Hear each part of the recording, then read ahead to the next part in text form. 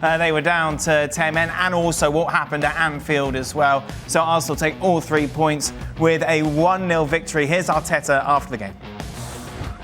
Well, I think it's that obvious that we don't need any comments today, and hopefully the right thing will happen after today. That's him talking about whether or not they will appeal the red card. PGMOL, the referee's call of a red card for Lewis-Skelly was checked and confirmed by VAR, who deemed his challenge to have been serious foul play. That is what they've gone for. Frank Leboeuf with us as well. Frank, let's start with you. Red card or not?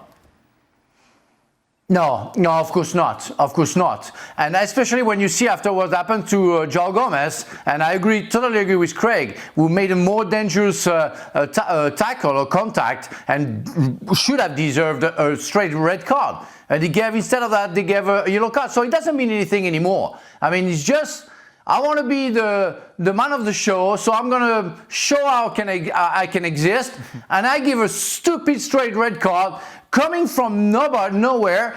Hopefully Arsenal won, and they rightly deserve that, and there won't be any big story. But really, it's not like it's about the last defender. It's not like it's really dangerous. And you decide straight away to give a red card. Frank, how can you say that's not dangerous? He stamps on him. Oh, that's not dangerous. He stamps a look. Nah. He goes down his shin onto his foot.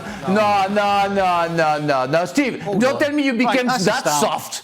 You became that soft. No. Come on. Hold on. You played for Liverpool in the 80s, and you tell me that's the hard one? How many times do we see a game from any league every weekend where somebody trods or stamps another player's boot? That is never, ever deemed serious foul play. Mm-hmm. The serious foul play generally comes in when you're talking about the height. Yeah. Right? We see people stamping on people's boots, going for balls and blah, blah, blah. And yeah, it was no intent to play the ball, I'll give you that. But we see this sort of stamp or trodden on every weekend and every game. And it is never, ever, because of the height of it, deemed serious foul play. Because they're accidental. That's why. This is absolutely 100% not an accident. Skelly, that doesn't make it serious foul play. Of course it does. Skelly, listen, when we were playing, it was called a professional foul and you tripped somebody up. Right, you tripped him up. This is not a trip. He's absolutely stood on him. Yeah, standing on somebody is not a red card. The first place he got on was in his shin, and then it went down onto top of his foot. Trip. He tried to trip first. But Frank, that's not what happened, though. He may have tried to trip him, but that is not what happened, which is why it's a red. This is a precedent that's been set now, if this continues, that any sort of trodding on... He caught him in the shin and then he goes down onto his foot. He kicked his shin first. He doesn't stamp on him. And then carries He's kicked his shin first.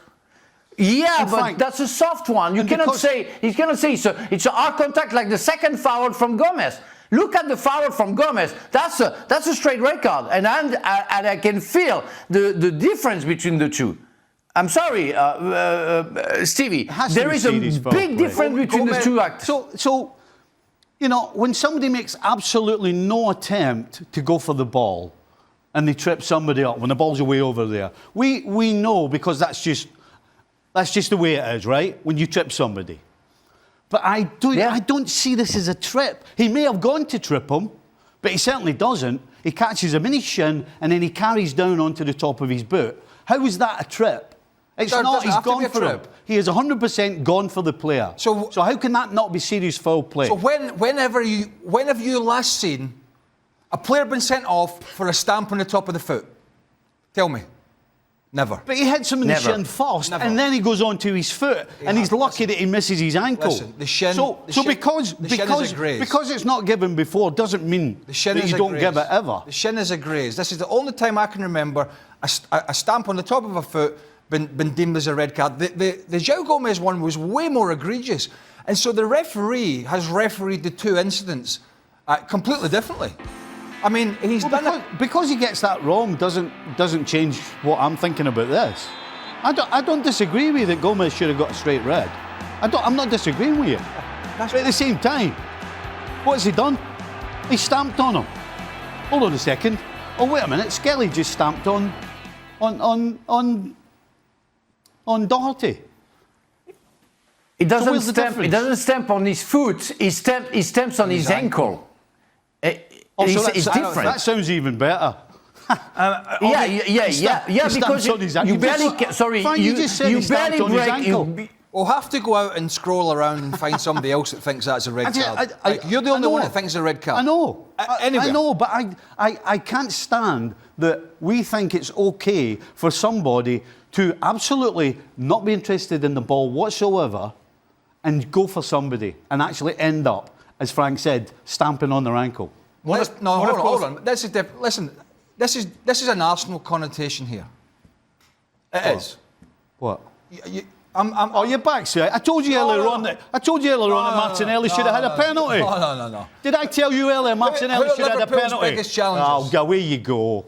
Give yourself a shake. What is different as opposed to this decision, as opposed to others that we've seen Arsenal, throughout the that'll be season, right. is the fact that Arsenal didn't collapse. They got the victory. And with regards... That's the only logical explanation for thinking a stand on a foot is a red card.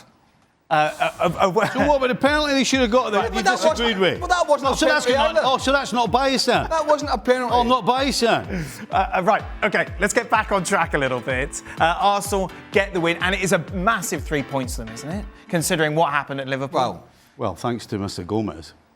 The Liverpool game was, barring a disaster, was always probably going to go that way. Yep. And Arsenal went away from home. They were okay, and then obviously they lost a man, and it still wasn't harem-scarum for them. Wolves had a bit more possession, but they're so sort of lightweight up front that I can't really remember David Raya having to do anything as the game went on. I mean, they had a big chance early on from Sarabia, from a great ball from Semedo. It was a difficult take when he whipped it across. He missed the target, but I don't remember them. You had a Cunha chance. You had the Cunha. Well, the Cunha chance before. from the set piece, which he sort of scuffed.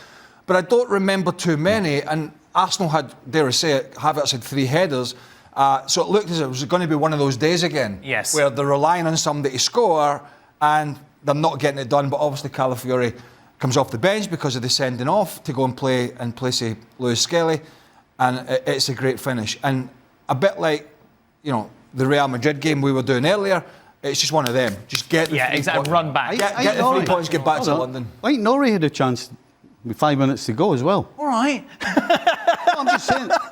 See, here's the thing. This is why I said Mr. Gomez. You've got to thank Mr. Gomez for this. Right. Because even though they had an extra man, they were never in charge until about 10 minutes before the moron Gomez got sent off. OK. And on top of that, by the way, we got to look at the coaching staff again.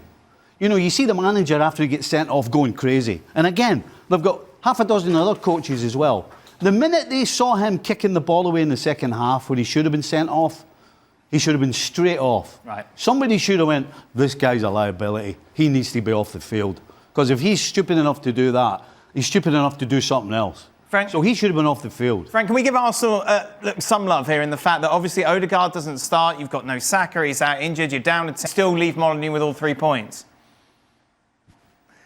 Yeah, but they fought hard, and I think the first time that because they won and because they worked hard, Arteta couldn't find any excuses because they won. But I think they found some pride and stamina into that game where they found that the world was against them and they fought all together. So it's a good, very good 3 points for the confidence and for Arsenal. But Wolverhampton weren't good today. They were pretty weak for me, and there is no 10 against 10. It was pretty sure that Arsenal would score a goal, and they won. They won because they deserved.